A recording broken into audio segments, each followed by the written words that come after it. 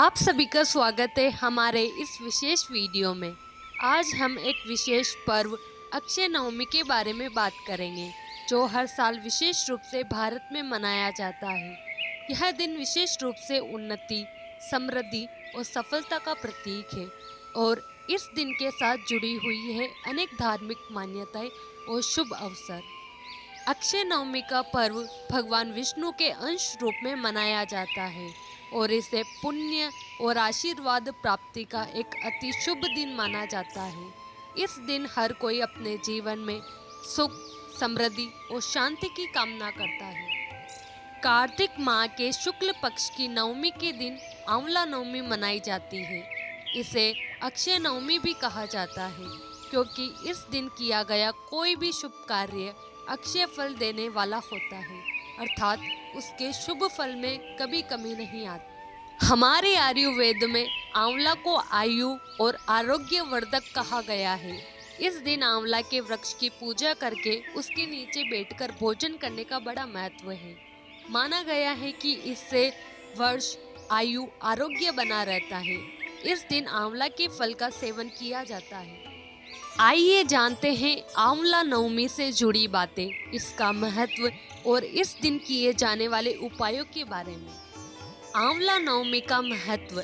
आंवला नवमी का महत्व इसी बात से समझा जा सकता है क्योंकि इस दिन द्वापर युग का प्रारंभ हुआ था, जिसमें स्वयं भगवान श्री कृष्ण ने जन्म लिया था। आंवला नवमी के दिन ही भगवान श्री कृष्ण ने वृंदावन गोकुल की गलियां छोड़कर मथुरा प्रस्थान किया था। संतान और पारिवारिक सुखों की प्राप्ति के लिए रखा जाता है यह व्रत। इस दिन उन्होंने अपनी बाल लीलाओं का त्याग करके कर्तव्य के पथ पर पहला कदम रखा था। इसी दिन से वृंदावन की परिक्रमा भी प्रारंभ होती है। आंवला नवमी का व्रत संतान और पारिवारिक सुखों की प्राप्ति के लिए किया जाता है।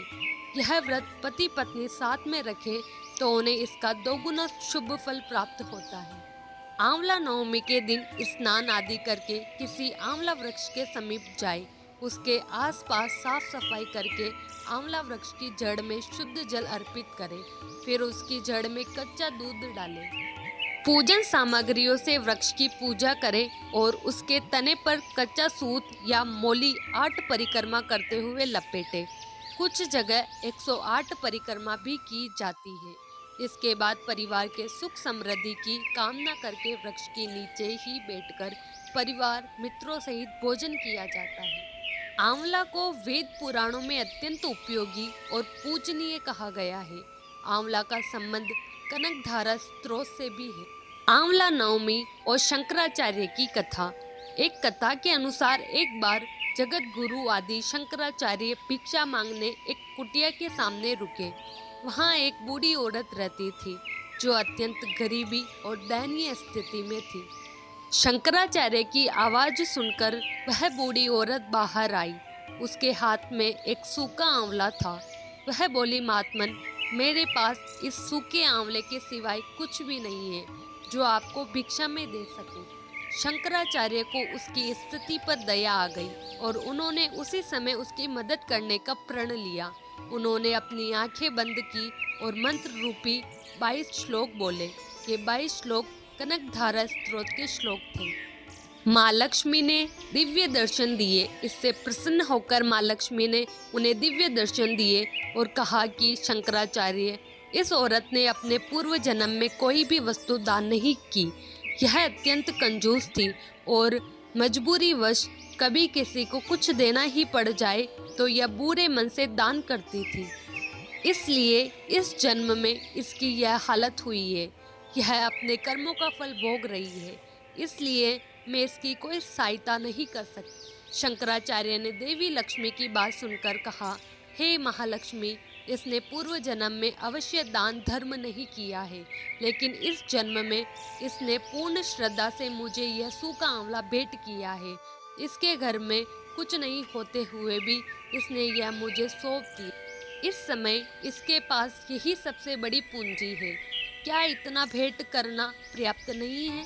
शंकराचार्य की इस बात से देवी लक्ष्मी प्रसन्न हुई और उसी समय उन्होंने गरीब महिला की कुटिया में स्वर्ण के आंवलों की वर्षा कर दी। पौराणिक मान्यता के अनुसार कार्तिक शुक्ल पक्ष की नवमी से लेकर पूर्णिमा तक भगवान विष्णु आंवले के पेड़ पर निवास करते हैं, इसलिए इस पेड़ की पूजा अर्चना की जाती है। यह भी कहा जाता है कि इस दिन भगवान श्री कृष्ण अपनी बाल लीलाओं का त्याग करके वृंदावन की गलियों को छोड़कर मथुरा चले गए थे। आंवला भगवान विष्णु का सबसे प्रिय फल है और आंवले के वृक्ष में सभी देवी देवताओं का निवास होता है, इसलिए इसकी पूजा का प्रचलन है। आयुर्वेद के अनुसार आंवला आयु बढ़ाने वाला फल है। यह अमृत के समान माना गया है, इसलिए हिंदू धर्म में इसका ज़्यादा महत्व है। आंवले के वृक्ष की पूजा करने से देवी देवताओं का आशीर्वाद प्राप्त होता है। इस दिन व्रत रखने से संतान की प्राप्ति भी होती है। ऐसी मान्यता है कि आंवला पेड़ की पूजा कर 108 बार परिक्रमा करने से मनोकामनाएं पूरी होती है। इस दिन विष्णु सहित आंवला पेड़ की पूजा अर्चना करने से अक्षय पुण्य की प्राप्ति होती है। अन्य दिनों की तुलना में नवमी पर किया गया दान पुण्य कई गुना अधिक लाभ दिलाता है। धर्मशास्त्र अनुसार इस दिन स्नान, दान, यात्रा करने से अक्षय पुण्य की प्राप्ति होती है। तो इस अक्षय नवमी के पर्व पर हम सभी अपने जीवन में सुख, समृद्धि और आशीर्वाद की प्राप्ति की कामना करें। यह दिन हमें यह याद दिलाता है कि हर अच्छे कार्य का फल कभी न कभी मिलता है और हर नई शुरुआत एक नई उम्मीद लेकर आती है। अक्षय नवमी के इस विशेष दिन पर भगवान विष्णु की कृपा आप सभी पर बनी रहे। सच्ची श्रद्धा और निष्ठा के साथ किए गए प्रयास कभी व्यर्थ नहीं जाते। हमारी इस विशेष वीडियो को साथ में देखने के लिए धन्यवाद। इसी तरह से जीवन के हर दिन को उत्साह और सकारात्मकता के साथ अपनाइए।